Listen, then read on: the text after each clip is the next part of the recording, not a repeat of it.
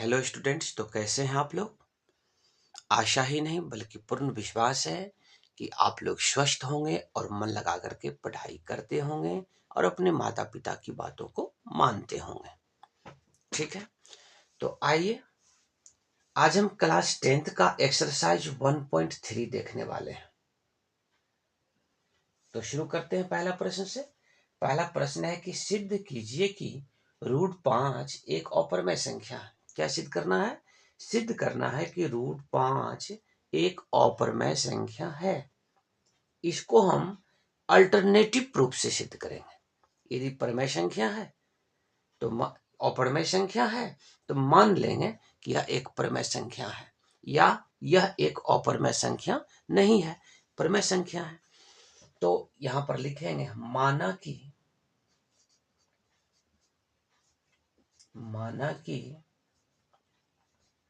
√5 एक परमेय संख्या, एक परमेय संख्या, परमेय संख्या। क्या मान लिया? मान लिए कि √5 एक परमेय संख्या है। जब √5 एक परमेय संख्या है तो यह परमेय संख्या के हर गुणधर्म का पालन करेगा। परमेय संख्या p/q के रूप का होगा तो √5 भी p/q के रूप का होगा। परमेय संख्या अपने मानक रूप में होता है तो यह भी अपने मानक रूप में होगा। और परमेय संख्या में p/q शाह अभाज्य होता है तो यह भी शाह अभाज्य के रूप का होगा। देखिए, इसीलिए लिख सकते हैं कि √5 बराबर p/q, जहां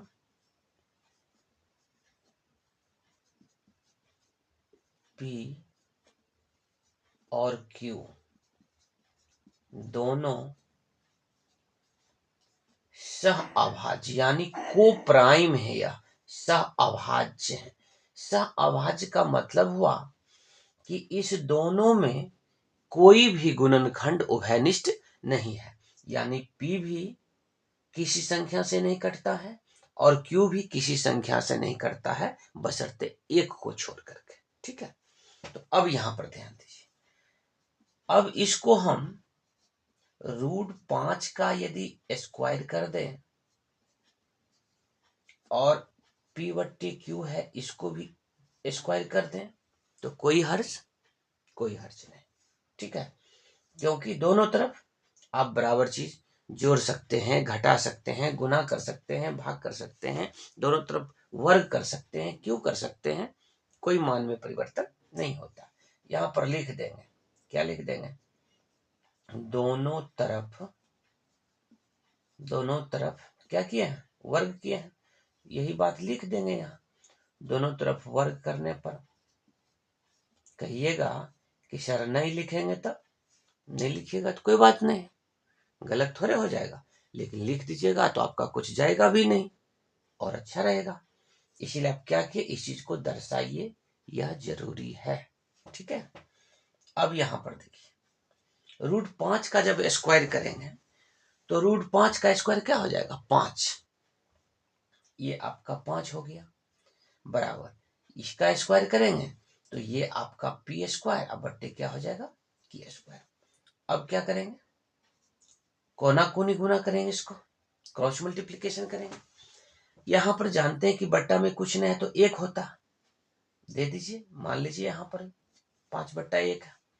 अब कोना कोनी गुना करिए तो क्या हो गया? 5 को q² से गुना करेंगे तो 5q² बराबर 1 को p² से गुना करेंगे तो ये आपका p²। ठीक है, अब यहां पर देखिए कि 5 में q² से गुना करते हैं तब p² आता है। इसका मतलब है कि 5 जो है सो p² को विभाजित कर रहा है। तो इसका मतलब ये भी हुआ कि जब 5 p² को विभाजित करता है तो 5 p को भी विभाजित करेगा, क्योंकि आप लोग प्रमेय पढ़े होंगे इस चैप्टर में कि यदि ये कोई धनात्मक पूर्णांक हो और p मान लीजिए कोई अभाज्य संख्या हो तो p यदि a² को विभाजित करता है तो p a को भी विभाजित करेगा। यहां पर 5 एक अभाज्य संख्या है और p एक धनात्मक पूर्णांक है, तो 5 पी स्क्वायर को विभाजित कर रहा है। इसका मतलब है कि 5 पी को भी विभाजित करेगा। तो यहां पर लिखेंगे कि 5 पी स्क्वायर को विभाजित करता है, विभाजित करता। तो ये भी आपका निहित है कि 5 पी को भी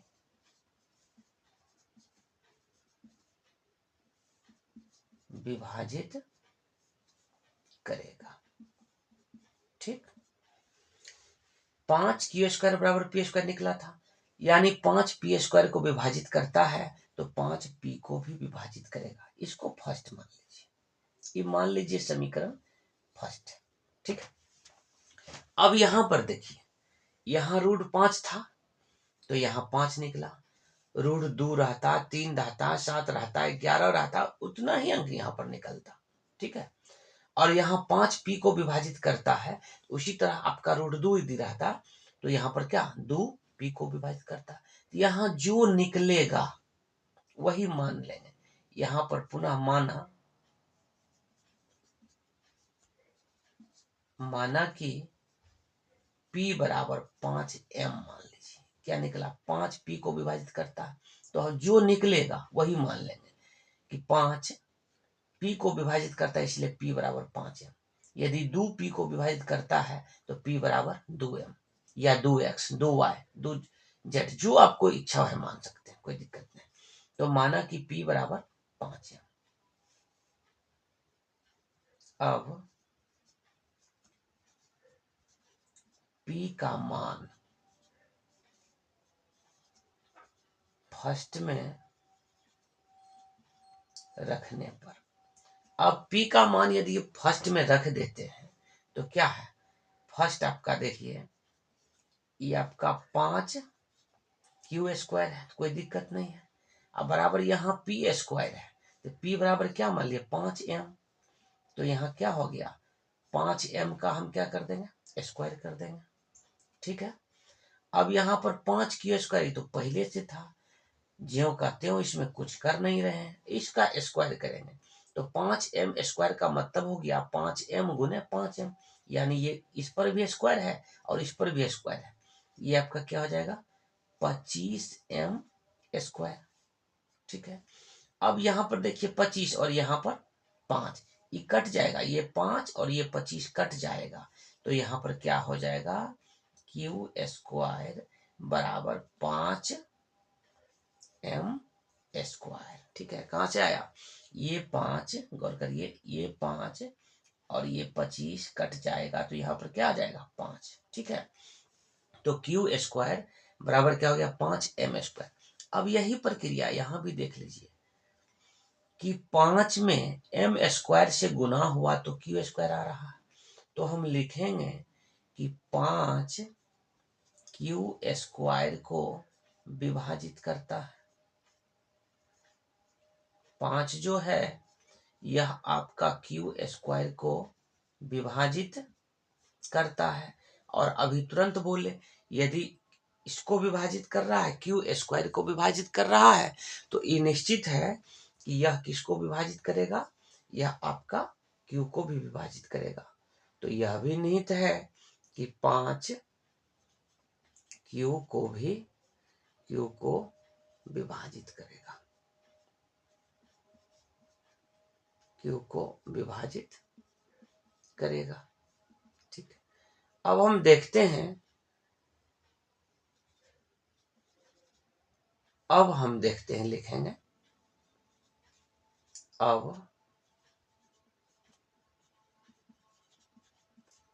अब हम देखते हैं कि ये 5 जो है ना p को भी विभाजित कर दिया और ये 5 q को भी विभाजित कर दिया।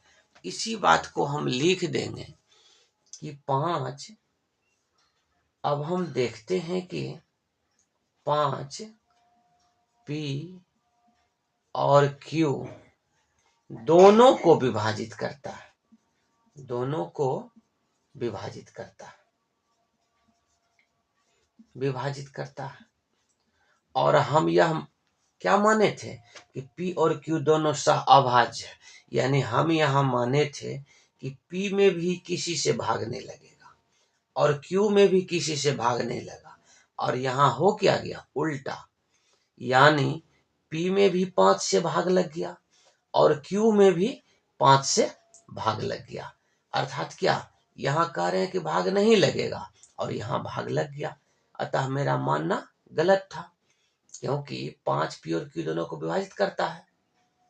इसलिए मेरा मानना क्या था, गलत था, मेरा मानना गलत था। यदि किसी से विभाजित नहीं होता तो मेरा मानना सही हो जाता, इसलिए मेरा मानना गलत था। अतः √5 एक अपरिमेय संख्या, एक अपरिमेय संख्या है। काहे कि यदि परिमेय संख्या होता जो माने तो ये विरोधाभास नहीं होता, यानी ये कटने वाला जो है प्रक्रिया नहीं होता।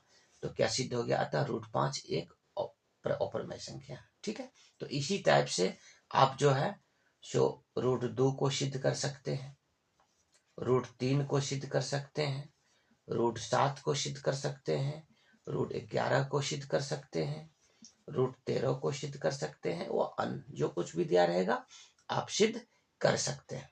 ठीक है, तो आप इसको बना करके देखेंगे कि ये प्रश्न बनता है या नहीं बनता है। ठीक है, अब हम चलते हैं क्वेश्चन नंबर 2 पर। चलिए, क्वेश्चन नंबर 2 कहता है कि सिद्ध कीजिए कि 3 + 2√5 एक अपरिमेय संख्या है।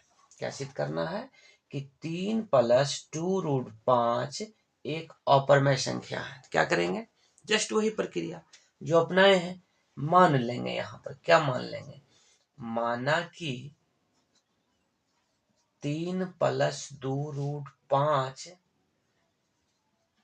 एक परिमेय संख्या, एक परिमेय संख्या है। या इसको ऐसे भी लिख सकते हैं कि माना कि 3 + 2√5 एक अपरिमेय संख्या नहीं है, तो अपरिमेय संख्या नहीं है तो इसका मतलब परिमेय संख्या है। ठीक है, तो अब ध्यान दीजिए, इसीलिए 3 + 2√5 बराबर क्या हो जाएगा, P/Q, जहां क्या है P और Q सहअभाज्य है। अब यहां पर देखिए कि इसको ऐसे भी हम लिख सकते हैं कि 2√5 बराबर, इसको हम इधर कर देंगे तो P/Q, और ये -3 हो जाएगा, इधर प्लस में है और बराबर के इधर कर दिए तो -3 आ गया। या ये ऐसे भी हो सकता है आपका 2√5 बराबर, इसका जो है सो भिन्न का घटा कर दीजिए। अब यहाँ भिन्न का जब घटाव करेंगे आप तो ये क्या हो जाएगा, Q हो जाएगा, Q और एक कैल्शियम Q हो गया, और यहाँ Q है ही तो ये P और माइनस क्या हो जाएगा, ये 3Q हो जाएगा। या इसको भी हम लिख सकते हैं कि 2√5 है तो ये कोना कोनी गुना होता है, तो √5 बराबर P - 3Q, अब बट्टे यहाँ क्या 2Q तो लिख सकते हैं, कोई दिक्कत। अब यहाँ पर अभी तुरंत पता चला हमें कि √5 जो है जो क्या है, एक अपरिमेय संख्या है। और ये देख लीजिए P/Q के फॉर्म का है, P - 3Q/2Q, तो ये क्या हो गया, अपरिमेय संख्या। यहाँ पर लिखेंगे कि √5 एक अपरिमेय संख्या, एक अपरिमेय संख्या, √5 एक अपरिमेय संख्या है। और ये आपका देख लीजिए P - 3Q/2Q एक क्या है, परिमेय संख्या, एक परिमेय संख्या, परिमेय संख्या। क्या है कि यहाँ पर देख लीजिए P और Q दोनों पूर्णांक है, और एक पूर्णांक का योगफल, अंतर और गुणनफल जो अभी क्या होता है, एक पूर्णांक ही होता है। इसीलिए P - 3Q क्या होगा, एक पूर्णांक होगा। तो P - 3Q/2Q एक परिमेय संख्या है। तो हम देख रहे हैं कि √5 क्या है, अपरमेय, और ये क्या हो गया, परमेय। ये √5 क्या हो गया आपका, अपरमेय, और ये क्या हो गया, परमेय। ये अपरमेय बराबर क्या हो गया, परमेय। ये हो नहीं सकता, अपरमेय संख्या परमेय संख्या के बराबर हो नहीं सकता। यहाँ पर लिखेंगे चूंकि अपरमेय संख्या बराबर नहीं होगा परमेय संख्या के, इसीलिए क्या था, मेरा मानना गलत था, अतः 3 + 2√5 एक अपरमेय संख्या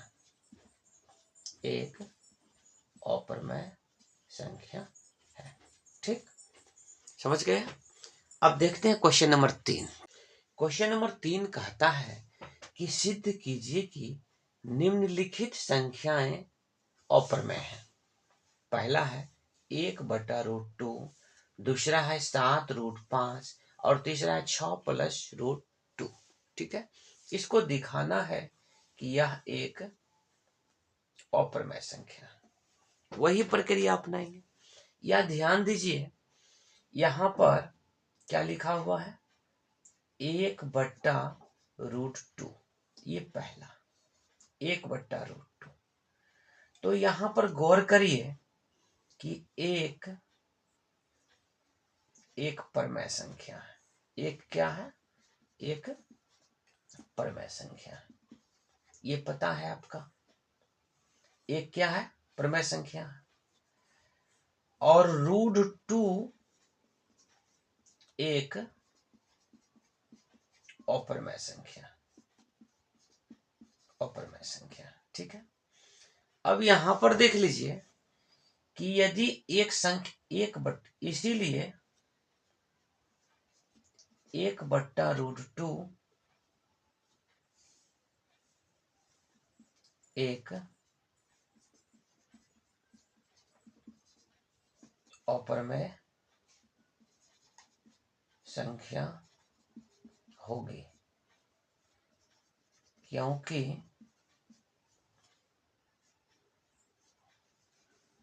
एक परमेय संख्या एवं एक अपरमेय संख्या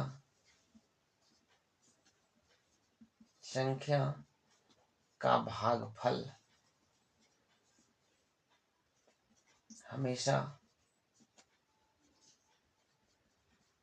अपरमेय संख्या होती है, अपरमेय संख्या होती है। ठीक है, आप ऐसा लिख सकते हैं और ये सही भी है। ठीक है, यहां पर ध्यान दीजिए कि आपका क्या लिखा है कि 1 और बट्टा √2, इसका मतलब क्या हुआ, इसका मतलब हुआ कि आपका 1/√2, यानी एक क्या है, एक परमेय संख्या है, और √2 क्या है आपका, अपरमेय संख्या है। और ये क्या है, एक दूसरे का भागफल है, 1/√2 है, यानी एक परमेय है और एक अपरमेय है। तो आप लिख सकते हैं कि जहां सो 1/√2 परमेय और अपरमेय का भागफल है, इसीलिए यह एक अपरमेय संख्या है। इसीलिए 1/√2 में एक क्या है, एक परमेय संख्या, √2 एक अपरमेय संख्या है, लगा दीजिए, एक परमेय संख्या है, तथा √2 एक अपरमेय संख्या है। इसीलिए 1/√2 एक अपरमेय संख्या होगी, क्योंकि एक परमेय संख्या एवं एक अपरमेय संख्या का भागफल हमेशा अपरमेय संख्या होती है। आप लिख करके इसको बना सकते हैं। ख्याल रखिए हमेशा कि एक संख्या परमेय हो, एक संख्या क्या हो, परमेय हो, और एक संख्या आपका अपरमेय हो। एक संख्या परमेय हो और एक संख्या अपरमेय है, तो इसका योगफल अंतर गुणनफल और भागफल ये हमेशा अपरिमेय संख्या होगी, अपरिमेय संख्या होगी। अब जैसे देख लीजिए कि आपका 2 है, एक परिमेय संख्या है, और मान लीजिए √2 है एक दूसरी संख्या, ये क्या है? अपरिमेय है। ये आपका अपरिमेय संख्या है, और 2 क्या है आपका? ये परिमेय संख्या है। ठीक है, तो इसका योगफल, तो इसका योगफल क्या हो जाएगा? 2 + √2 योगफल हो गया, एक अपरिमेय संख्या हो गया। इसका अंतर 2 - √2 क्या हो जाएगा? अपरिमेय संख्या हो जाएगा। इसका गुणनफल यानी 2 × √2 बराबर क्या हो जाएगा? 2 √2, ये आपका क्या होगा? अपरिमेय संख्या। और इसका भागफल 2 भागा √2, या इसी को लिख सकते हैं 2 बट्टा √2, यह क्या हो जाएगा? यह भी आपका अपरिमेय संख्या, यह भी अपरिमेय संख्या, यह भी अपरिमेय संख्या, और यह भी अपरिमेय संख्या। तो इस टाइप से आप लिख सकते हैं कि 7 एक परिमेय संख्या है और √5 एक अपरिमेय संख्या है। इसीलिए 7 √5 परिमेय और अपरिमेय संख्या का गुणनफल है, इसीलिए 7 √5 क्या है? एक अपरिमेय संख्या है। ठीक है, यहाँ पर देखिए 6 + √2 है, आप लिखेंगे चूंकि 6 परिमेय संख्या है और √2 एक अपरिमेय संख्या है, और एक परिमेय संख्या और एक अपरिमेय संख्या का योगफल क्या होता है? एक अपरिमेय संख्या। तो इसीलिए 6 + √2 एक अपरिमेय संख्या होगी, क्योंकि यह परिमेय संख्या और अपरिमेय संख्या का योगफल है। इस प्रक्रिया से भी सिद्ध कर सकते हैं, और वैसे जो अब बताए थे P/Q के रूप में, तो वैसे भी सिद्ध कर सकते हैं। तो आइए उसको उस रूप में देखते हैं। ठीक, चलिए अब इसको हम दूसरे रूप में देखते हैं। यहाँ पर 1/√2 अपरिमेय संख्या है, तो हम मान लेंगे यहाँ पर, माना कि 1/√2 एक परिमेय संख्या। ठीक है, परिमेय संख्या। अब यहाँ पर देखिए कि 1/√2 एक परिमेय संख्या है, तो गौर करिए, इसीलिए 1/√2 बराबर क्या हो जाएगा? P/Q हो जाएगा, जहां PQ क्या हो गया? सहअभाज्य हो जाएगा। या 1/√2 है, तो इसका हम हर का परिमेयकरण भी तो कर सकते हैं, नहीं? हर का परिमेयकरण कर देंगे, ये आपका P/Q हो गया। अब यहाँ पर जब हर का परिमेयकरण करें तो 1 को √2 से गुना करेंगे तो √2, और √2 को √2 से गुना करेंगे क्या हो जाएगा? 2, तो √2/2 बराबर क्या हो जाएगा? P/Q हो गया।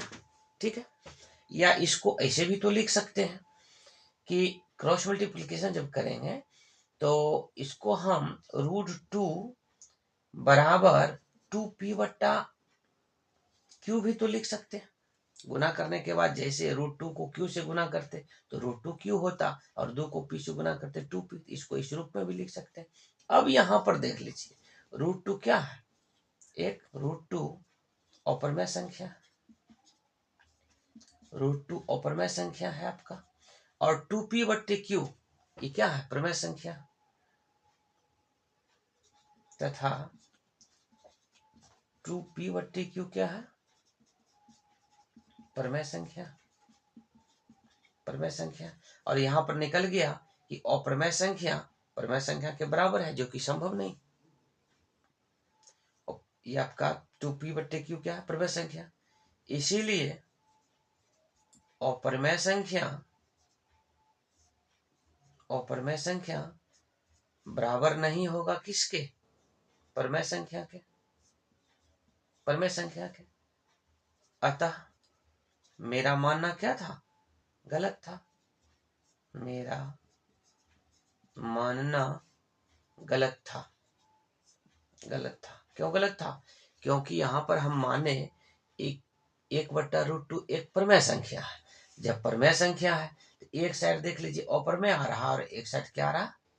परिमेय आ रहा। तो परिमेय अपरिमेय कभी बराबर हो नहीं सकता, क्योंकि ये अपरिमेय है और ये परिमेय है। इसीलिए मेरा मानना गलत था। अतः मेरा मानना गलत था, इसलिए क्या हो गया? 1/√2 एक अपरिमेय संख्या। एक अपरमेय संख्या। ठीक है, इसी प्रकार से आप क्वेश्चन नंबर 2 को देख लीजिए। 2 को मान लेंगे क्या, माना कि 7√5 एक परमेय संख्या है, एक परमेय संख्या है, इसीलिए 7√5 बराबर क्या हो जाएगा, P/Q हो जाएगा। कोई दिक्कत? या इसको ऐसे भी लिख सकते हैं, √5 बराबर P/7Q लिखा जा सकता है। अब यहां पर देख लीजिए, √5 क्या है, अपरमेय संख्या है, √5 अपरमेय संख्या हो गया आपका, और P/7Q क्या हो गया, परमेय संख्या हो गया, परमेय संख्या। और अपरमेय संख्या, क्योंकि अपरमेय संख्या बराबर नहीं होगा किसके, परमेय संख्या के, परमेय संख्या। अतः मेरा मानना क्या था, गलत था। इसलिए 7√5 एक अपरमेय संख्या है, एक अपरमेय संख्या। ठीक है, अब क्वेश्चन नंबर 3 देखते हैं। 3 आपका कहता है कि 6 + √2, तो हम मान लेंगे, माना कि 6 + √2 एक परमेय संख्या है, और परमेय संख्या आप जान रहे हैं कि P/Q के रूप का होता है, जहां P और Q क्या होता है, सभाज्य होता है, एक परमेय संख्या है। तो इसीलिए 6 + √2 बराबर क्या हो जाएगा, P/Q। ठीक है, या आप √2 बराबर P/Q माइनस क्या लिख सकते हैं, 6 लिख सकते हैं, या √2 बराबर क्या हो जाएगा, P - 6Q/Q। अब यहां पर देख लीजिए, √2 क्या है, एक अपरमेय संख्या है, √2 अपरमेय संख्या है, तथा P - 6Q/Q परमेय संख्या है, परमेय संख्या, क्योंकि ये पूर्णांक है, और पूर्णांक का अंतर भी क्या होता है, पूर्णांक ही होता है। अब यहां पर देख लीजिए कि ये अपरमेय संख्या है, और ये क्या है, परमेय संख्या है। तो अपरमेय संख्या, अपरमेय संख्या बराबर नहीं होगा किसके, परमेय संख्या के। और हमको क्या निकला यहां पर कि दोनों बराबर है। अतः मेरा मानना क्या था, गलत था। इसीलिए 6 + √2 एक अपरमेय संख्या, एक अपरमेय संख्या। ठीक, तो आशा करते हैं कि आप लोग इस चैप्टर के प्रश्न को समझ गए होंगे। फिर नेक्स्ट वीडियो में आपको अगले एक्सरसाइज में मिलते हैं, तब तक के लिए बहुत बहुत धन्यवाद।